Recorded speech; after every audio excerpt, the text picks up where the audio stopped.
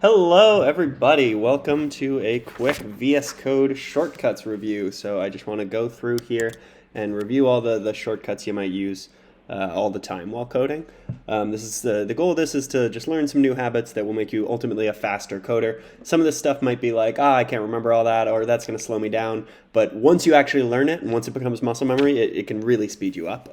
So you'll see on the bottom left side of my screen there, I have this little key tracker turned on. So that's just going to show you what keys I'm pressing. So for instance, up arrow key, down arrow key, left, right. There's if I do like command and then a key, it'll show you that. So just take a look at the symbols there. That'll tell you what keys I'm pressing. Also, just if I type letters, it shows you those. Okay, so let's do some VS Code shortcuts. So first one, the HTML file we're in here. This is pretty much just the VS Code HTML template. To get that template, go to a blank HTML file and type HTML:5. If you let that autocomplete, it'll do all this for you. It is nice to have these two meta tags at the top. They're just kind of like a technical thing that's going to make your site more flexible. So that's a useful thing to know. Then next, Command Z and Command Shift Z, undo and redo. So you probably use these all the time. So if you're typing a sentence, you know, the quick brown fox, you can do Command Z to undo, and then Command Shift Z to redo, right? So Command Z goes back, Command Shift Z goes forward, redoes things that you undid. So those are both useful to have. I want to talk about finding. So Command F is a way to search on the page. So for instance, let's look for in this JavaScript file the word data. There we go. So I hit Command F and it brought up this find. I type in whatever I'm looking for, and then I can hit Enter to go through the different times it appears on the page. If you want to, you can make that case sensitive. So if I want data with a capital D specifically, I can click on this little button here. Now there's no results. Data with a capital D does not appear on the page. So there you go.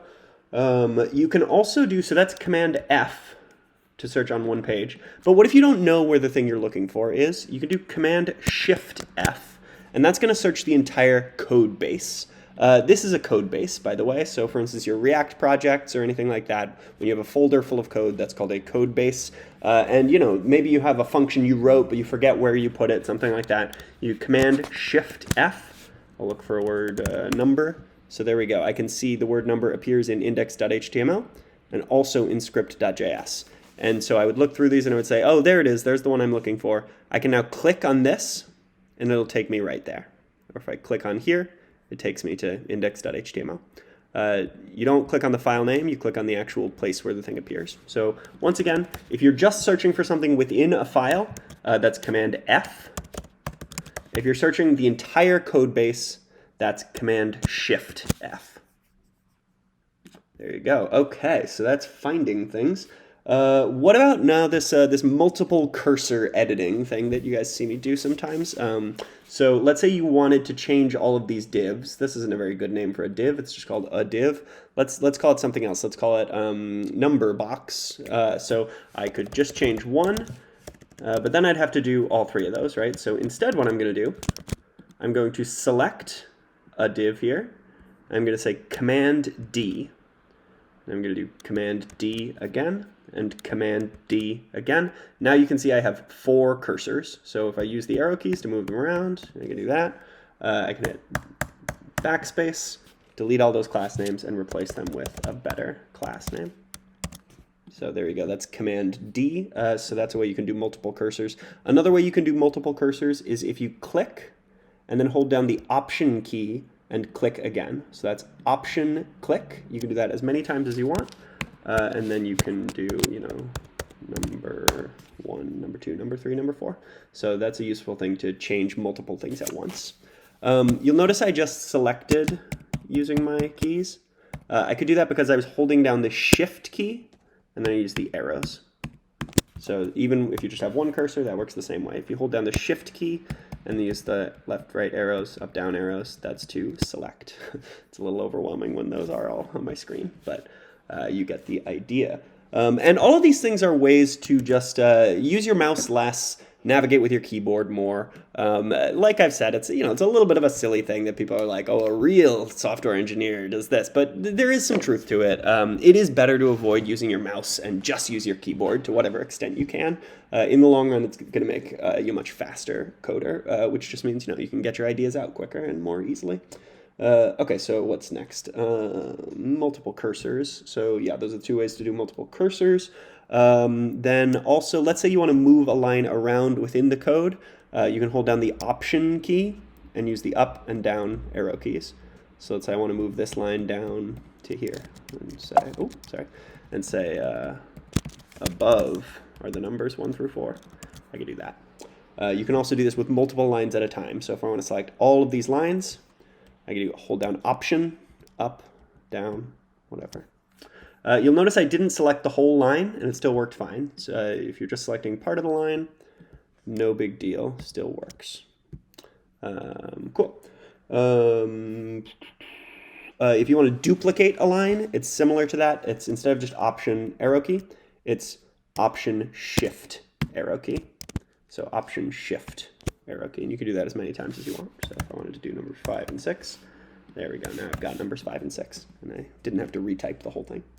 If you want to delete a line, or also sometimes this is useful if you're just moving the line around, Command L, that selects the entire line. So Command L selects a whole line. If you hit Command L again, it'll select the next line. Command L, Command L. So that's a useful way to select a bunch of code at once. What else?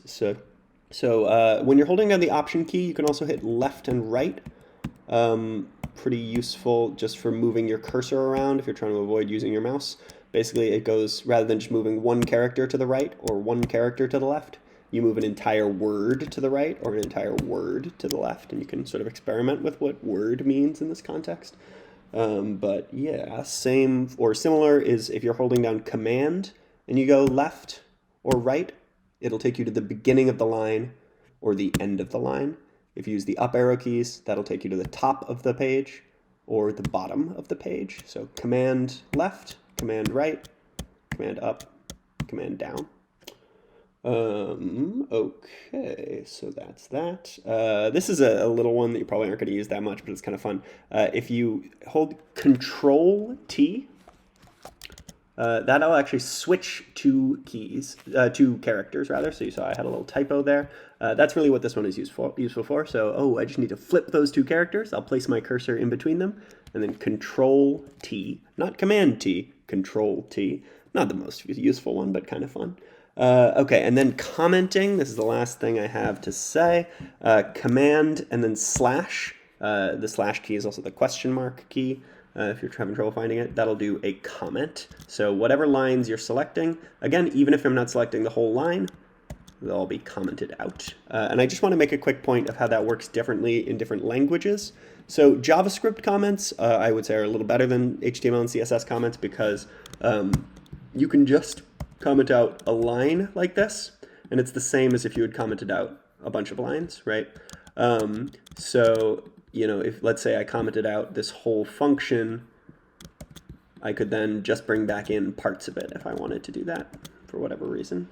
So just be wary that CSS and HTML work a little differently. If you comment out an entire thing in CSS, now I've got the opening of the comment and the closing of the comment. It's not line by line like it was with JavaScript. So if I decide, I want to bring back just background color, that's not going to work. That's going to cause problems. Or, just height, same thing.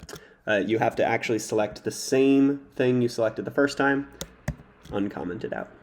Or, of course, you can always just manually delete the comment symbols.